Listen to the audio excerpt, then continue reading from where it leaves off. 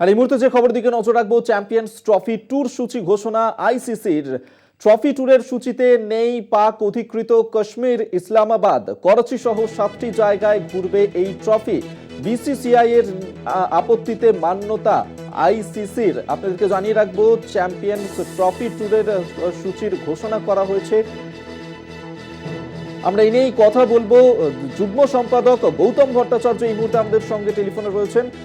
যে বিষয়টা জানতে চাইবো, যে চ্যাম্পিয়ন্স ট্রফি ট্যুর সূচির ঘোষণা করেছে আইসিসির এবং সেখানেই এই যে সূচি, সেখানে পাক অধিকৃত কাশ্মীর, ইসলামাবাদ সহ বেশ কটি জায়গা বাদ পড়েছে। কি জানা যাচ্ছে গৌতম দা?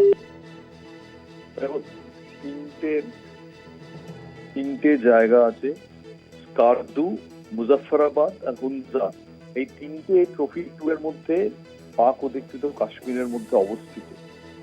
ভারত বলেছে যে এই তিনটে জায়গায় ট্রফি ঘোরানো যাবে না, তো এই তিনটে জায়গায় আইসিসি পত্রখানা বাদ দিয়ে দিয়েছে। কিন্তু খুব ইন্টারেস্টিং হচ্ছে যে ভারত তো বলেই দিয়েছে যে পাকিস্তানে খেলতে যাবে না। এবার ভারত যদি বলেই দেয় যে পাকিস্তানে আমি খেলবো না, তাহলে ট্রফি ট্যুরে কি হচ্ছে ভারতের সে ব্যাপারে কোনো আপত্তি থাকারই কথা নয় যে আমি তো দেশে যাবোই না। আরো ইন্টারেস্টিং যে ভারত যেখানে যাবে না বলে দেওয়ার পরেও আইসিসি ভারতের আপত্তিতে ওই ট্রফি ট্যুরে তিনটে জায়গা ক্যান্সেল করে দিয়েছে। মানে এটা কি আমরা ভাবতে পারি কখনো যে ভারত শ্রীনগরে ট্রফি ঘোরাবে, পাকিস্তান আপত্তি করলে আইসিসি ক্যান্সেল করে দেবে?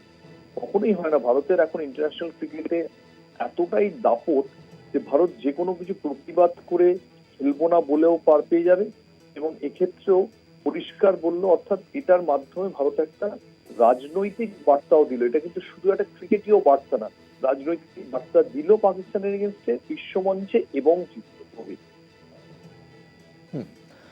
ধন্যবাদ আপনাকে। যুগ্ম সম্পাদক গৌতম ভট্টাচার্য আমাদের সঙ্গে টেলিফোনে ছিলেন।